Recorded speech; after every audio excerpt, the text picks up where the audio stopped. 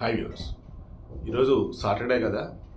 Morning ఏదైనా మంచి entertainment information ఉన్నవో లేదన్నప్పుడు కొంచెం అరే భలే ఉంది అన్న ఫీలింగ్ వచ్చలేదు దానిలో వీడియో అనుకున్నా.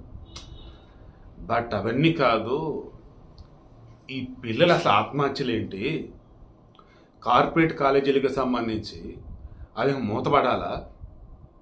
మరి పిల్లలు ఎక్కడ చదువుకుంటారు? ప్రభుత్వ కాలేజీలో ఆ రకంగా ఫ్యాకల్టీ ఉందా, ఫెసిలిటీస్ ఉన్నాయా? అసలు ఎలా స్టార్ట్ చేయాలో నాకు అర్థం కావట్లేదండి. మాస్ హిస్టీరియా అంటారు. యాజ్ అ హిందూగా నాకు ఆ రైట్ ఉంది కాబట్టి నేను చెప్తున్నా.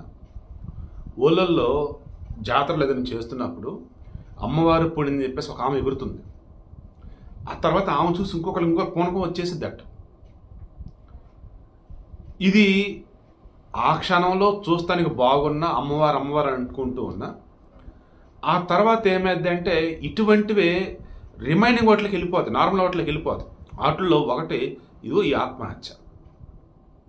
కొన్ని ఊళ్ళల్లో ఈ ఆత్మహత్యలు అన్నప్పుడు వాళ్ళు చూసి రొటీన్ అన్నట్టు ఫీల్ అయిపోతుంటారు. ఈసారి ఎవరు చచ్చిపోతాను అనుకుంటారు, కానీ అయ్యో వాడు చనిపోయాడు అన్నట్టు ఉండరు.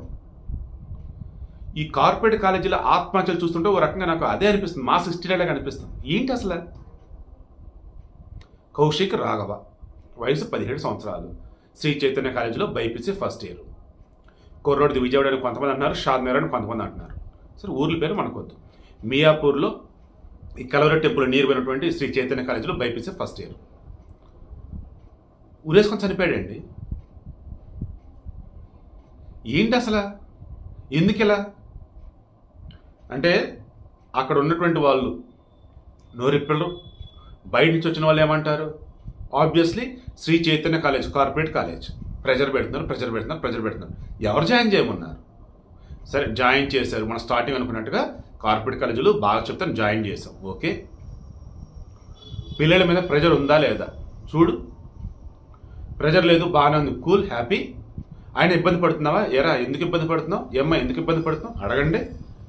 వాళ్ళ ఇబ్బంది ఏంటో చెప్పినప్పుడు దానికి సొల్యూషన్ చెప్పండి. ఏమంటే మన బిడ్డ కన్నా ఎక్కువ అండి. నేను పేరెంట్స్ అడుగుతున్నా ఈ మాట, మన బిడ్డ కన్నా ఎక్కువ. తర్వాత శ్రీ చైతన్య కానీ నారాయణ కానీ కార్పొరేట్ కాలేజీలు ఏవైతే ఉన్నాయో వారిని అడుగుతున్నా. మనిషి ప్రాణాల కన్నా ఎక్కువ మీకు. కరోనా తర్వాత, సరే కరోనా టాపిక్ వదిలేద్దాం. 2020 తర్వాత చాలామంది సైకలాజికల్గా చాలా వీక్గా ఉంటున్నారు.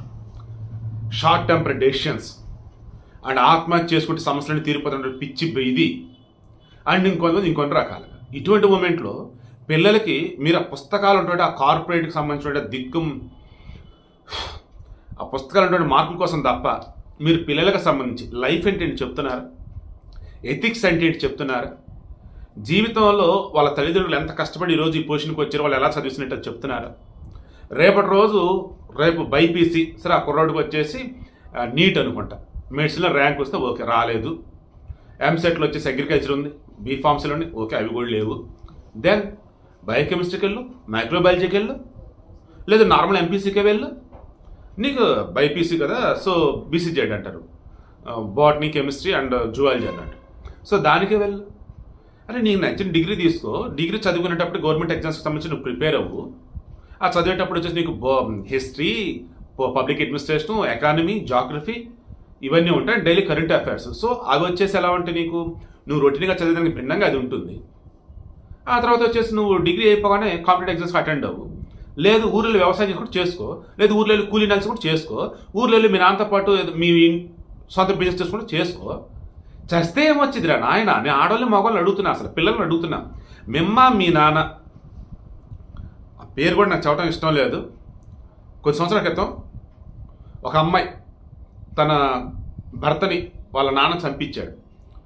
అప్పుడు ఆ అమ్మాయి అందనమాట, ఆ కోపమో ఫ్రస్ట్రేషనో మరి ఏంటో తెలియదు, ఏమనంది? మా నాన్న అందరిలాగే సెక్సువల్గా కలిస్తే నేను పుట్టా, అంతేగాని నన్ను ఏదో వరం కొద్దో యజ్ఞ యాగాలు చేసిన పుట్టించలేదు అన్నట్టు ఇండైరెక్ట్గా మాట్లాడింది. అప్పుడు నాకు పిచ్చి లేసింది. అసలు ఎంత కోపంలో ఉన్నా, ఎంత బాధలో ఉన్నా ఇలాంటి స్టేట్మెంట్ ఇచ్చిందంటే ఈ అమ్మాయి అని చెప్పేసి. అప్పుడు నా ఛానల్ లేదు బయట. అప్పుడు నేను ఏ ఛానల్స్లో అయితే ఉన్నానో ఆ ఛానల్ నేను మెన్షన్ చేశాను. దయచేసి వాళ్ళు ఇలా మాట్లాడుతున్నారంటే ఎంత విరక్తి కలిగి ఉంటే మాట్లాడతారు. అండ్ సమాజంలో ఉన్న కూడా అర్థం చేసుకోవాలి. మీరు ఎంతో కష్టపడి ఎన్నో నోములు చేసి మీ బిడ్డల కంటే ఈరోజు మీరు చేసిన పనుల వల్ల ఆ బిడ్డలు వచ్చేసి మమ్మల్ని ఎవడగనమన్నాడు, నువ్వు మీ ఆయన ఇతర సెక్స్ చేసుకుంటే మేము పుట్టాం అన్నంత దారుణంగా మాట్లాడుతున్నారంటే ఆ పొజిషన్కి వాళ్ళు వచ్చారని కారణం ఎవరు? మనమే, మన పెంపకమే. జస్ట్ 1 minute చెప్పి వీడియో క్లోజ్ చేయొచ్చండి ఇది, బట్ నాకు ఇష్టం లేదు. నేను చెప్పాల్సింది తీరుతాను అంతే. తల్లిదండ్రులు మీ పిల్లలకి పుట్టినప్పటి నుంచి ఎదే క్రమంలో మీరు వారికి ఏం చెప్పి పెంచుతున్నారు? తర్వాత స్కూళ్ళు కానీ కాలేజీలు కానీ, మీరు స్కూళ్ళలో కానీ కాలేజీలో కానీ పిల్లలకి బుక్స్లో ఉన్నటువంటి పాఠాలు తప్ప లైఫ్ లెసన్స్ ఏమైనా నేర్పుతున్నారా? మోరల్ స్టోరీస్ అసలు ఏమి నేర్పుతున్నారా? ఎథిక్స్ అంటే ఏంటో చెప్తున్నారా? లైఫ్ అంటే ఏంటి, రేపు ఇది చదువు అయిపోయిన తర్వాత ఏం చేయాలి ఏంటో నేర్పుతున్నారా? కష్టపడి ఎదిగి ఈరోజు మంచి మంచి పొజిషన్ ఉన్నటువంటి గొప్పల గురించి చెప్తున్నారా? ఉద్యోగం తెచ్చుకోవటం కాదరా, ఉద్యోగం ఇచ్చే పొజిషన్ ఎదగలరా, ఎంటర్ప్రెన్యూర్గా ఉండాలరా చెప్తున్నారా? బయట గవర్నమెంట్ వచ్చేసి ఏ రకం కోఆపరేట్ చేసిందంటే చెప్తున్నారా? ఏం చదువులరా నాయన, పిల్లలు అసలు ఈ రకం చనిపోవటం ఏంటి అసలు? నేను మరలా చెప్తున్నా, ఆత్మహత్య చేసుకొని చచ్చిపోయే పిల్లలు కావచ్చు, పెద్దలు కావచ్చు, ఊరే నాయన నరకంలో ఘోరమైన శిక్షలు మీకు తెలియట్లా. అండ్ మరు జన్మలో వచ్చేసి చాలా భయంకరంగా ఘోరమైనటువంటి జన్మలో పడతారు మీరు.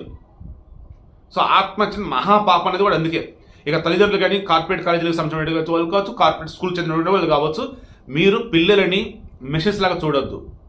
పిల్లలని త్వరలో రానున్న రోజులలో ఈ దేశానికి ద బెస్ట్ వేలో ఒక ఎసెట్ అన్న వేలో వారిని చూపండి, ఆ రకంగా వారిని మలచండి. ఇంతకుమించి నాకు చెప్పడానికి మనసు రావట్లా, అండ్ మాటలు కూడా రావట్లా. కోపలకి ఏదైనా అనేస్తామనిపిస్తుంది నాకు. ఎందుకురా చనిపోతారు అసలు?